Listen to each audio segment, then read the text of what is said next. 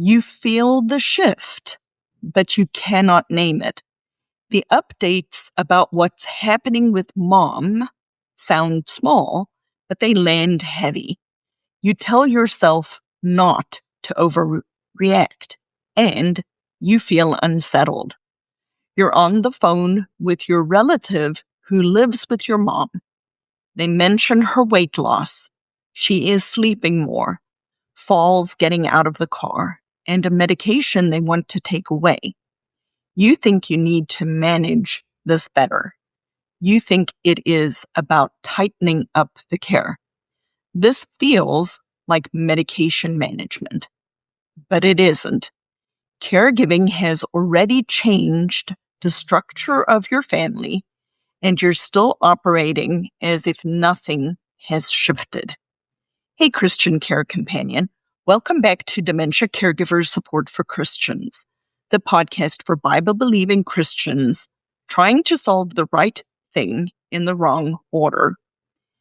Each episode takes one real Christian caregiving situation and brings clarity to where the decision actually lives, so you can move forward faithfully, knowing what to do in your situation.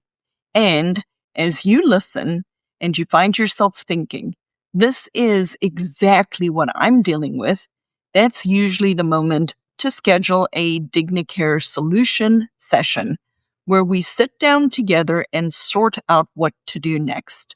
The link is in the show notes, or you can go to thinkdifferentdementia.com and click on a DigniCare solution session.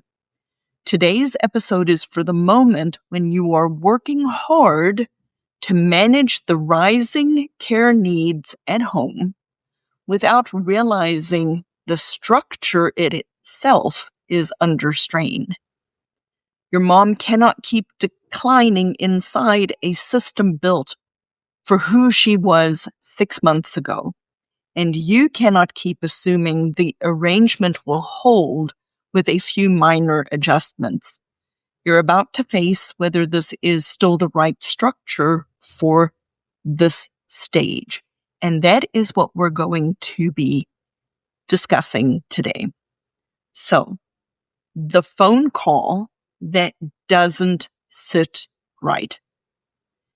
You're on the phone with your family caregiver living with your mom, and they say to you, your mom is sleeping more.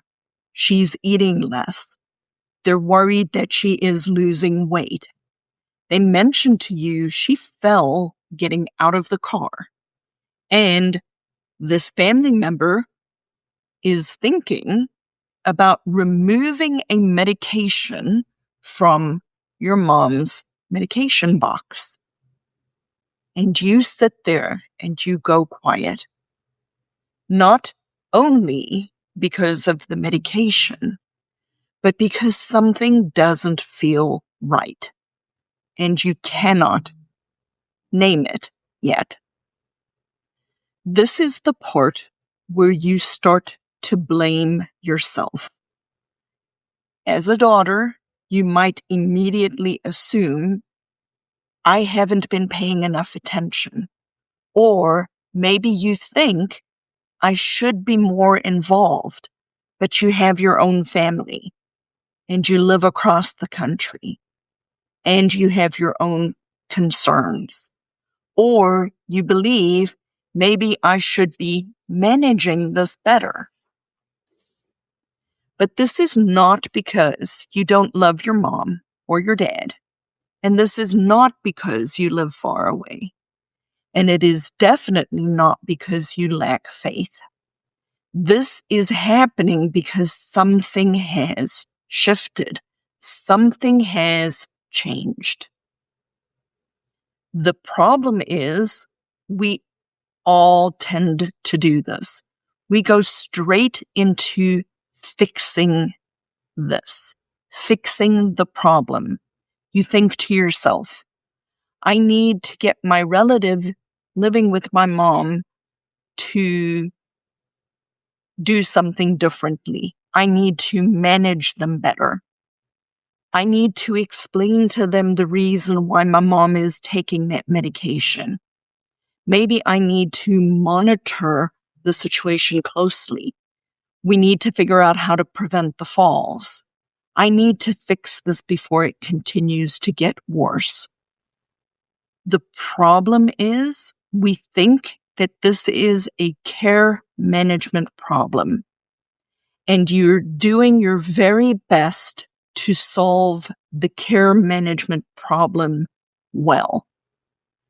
However, it isn't actually a care management problem. It isn't a medication problem. It isn't a fall problem. It is not that you're not communicating well with your aunt. It's not that your aunt is the problem. It is that your mom is changing. Her brain is changing. Her body is changing. And the structure that is holding her care in place was likely built for the previous stage of her dementia journey. You might be trying to manage her symptoms inside a system that no longer fits. And this is why you feel unsettled. Oftentimes, the tension people have not said out loud is they feel caught between respecting your mom's wishes, torn between stewarding her resources well, trying to keep stability and preparing for what is next. Grateful to the family caregiver who is helping, but also knowing and recognizing that this cannot be sustainable over time.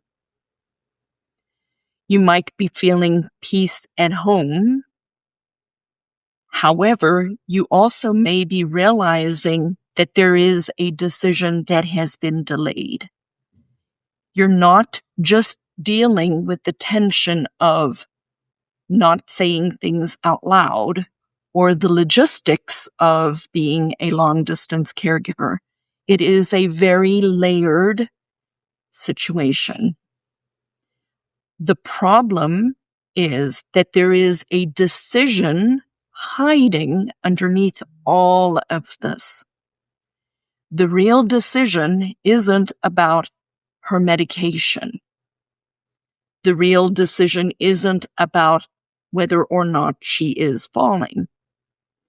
The real decision isn't about whether or not it's wise to make this arrangement work a little bit longer. The real decision is who or what is going to control the timeline. Because for this specific family, in their specific situation, facility-based care is not a maybe. It has already been decided. It has just not been implemented. It is inevitable. And so the question then becomes, are we going to choose the moment? Or is the crisis going to choose the moment for us? Why does this keep circling? Why does this keep coming back? Because we're human and we do not want to make a mistake. We want to honor the person who is your parent, or we want to honor the person who is your spouse. We want to make wise decisions with the resources and within the parameters that have been given to us as a family caregiver. But it keeps coming back after you hang up the phone. Afterwards, when you're laying awake in bed at night and you replay the conversation in your head. And if you're like most of the caregivers that I work with every single week, you continue to research and look for answers by getting more information.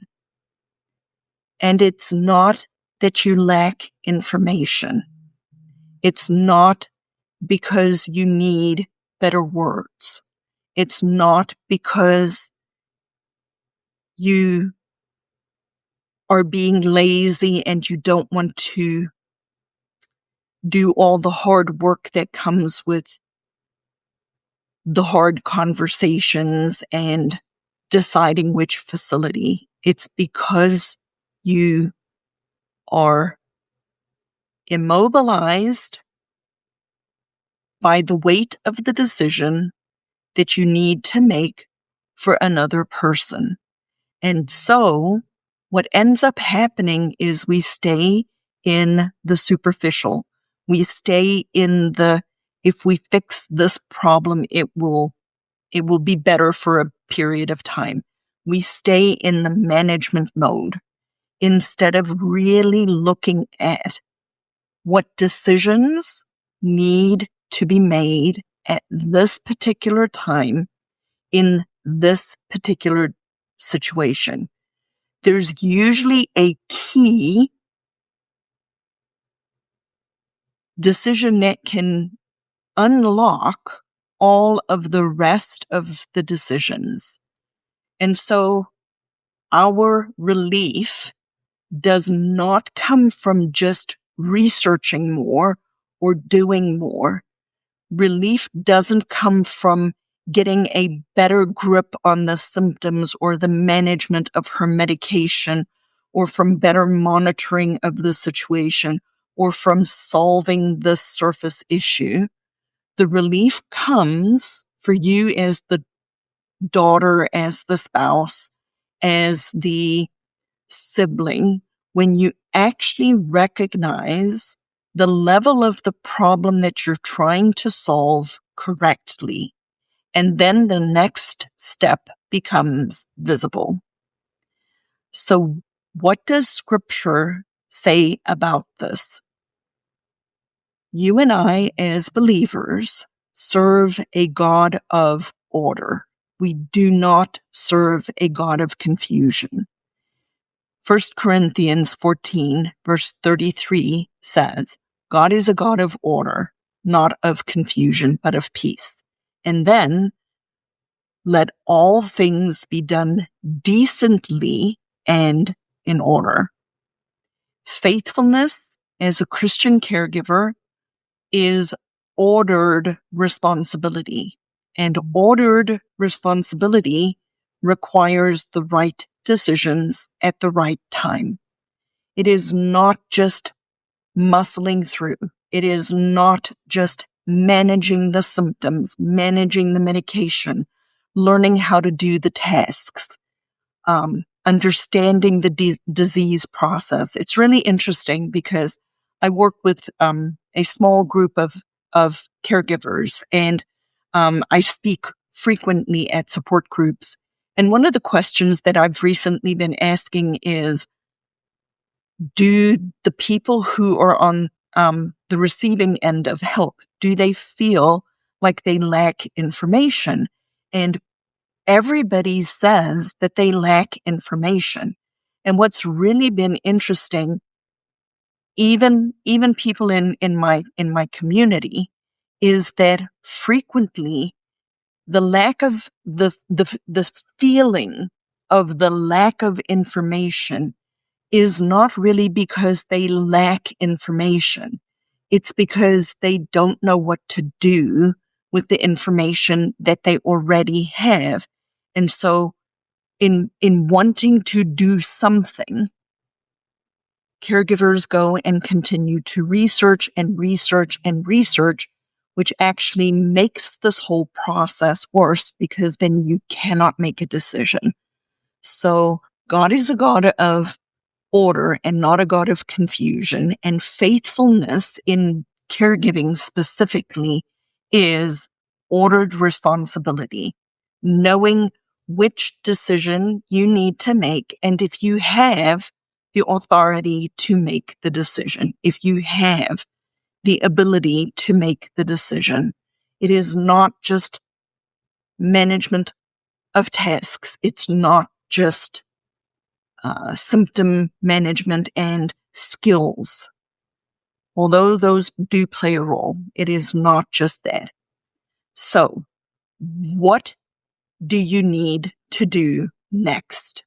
If you are struggling with making a decision because you don't know, or you're afraid to make the wrong decision, or you do not even know what level this decision needs to be made at, that is why we have put together a solution session for you.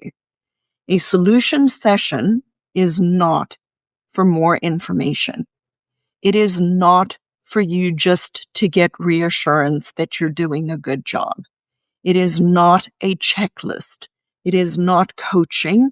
It is not just a place for you to come and vent about your frustrations. A solution session is specifically designed to identify where your particular decision actually lives.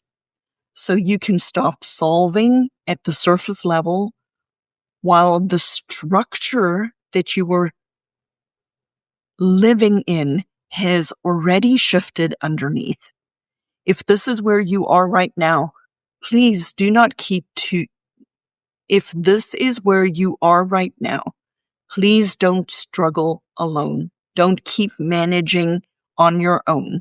Let's go and sit down together and locate your specific leverage point together so the decisions will start to actually fall in place. As I end all of my episodes, may the Lord bless you and keep you. And if you like these episodes, please share them with another family caregiver who is navigating dementia and struggling to make the right decisions at the right time.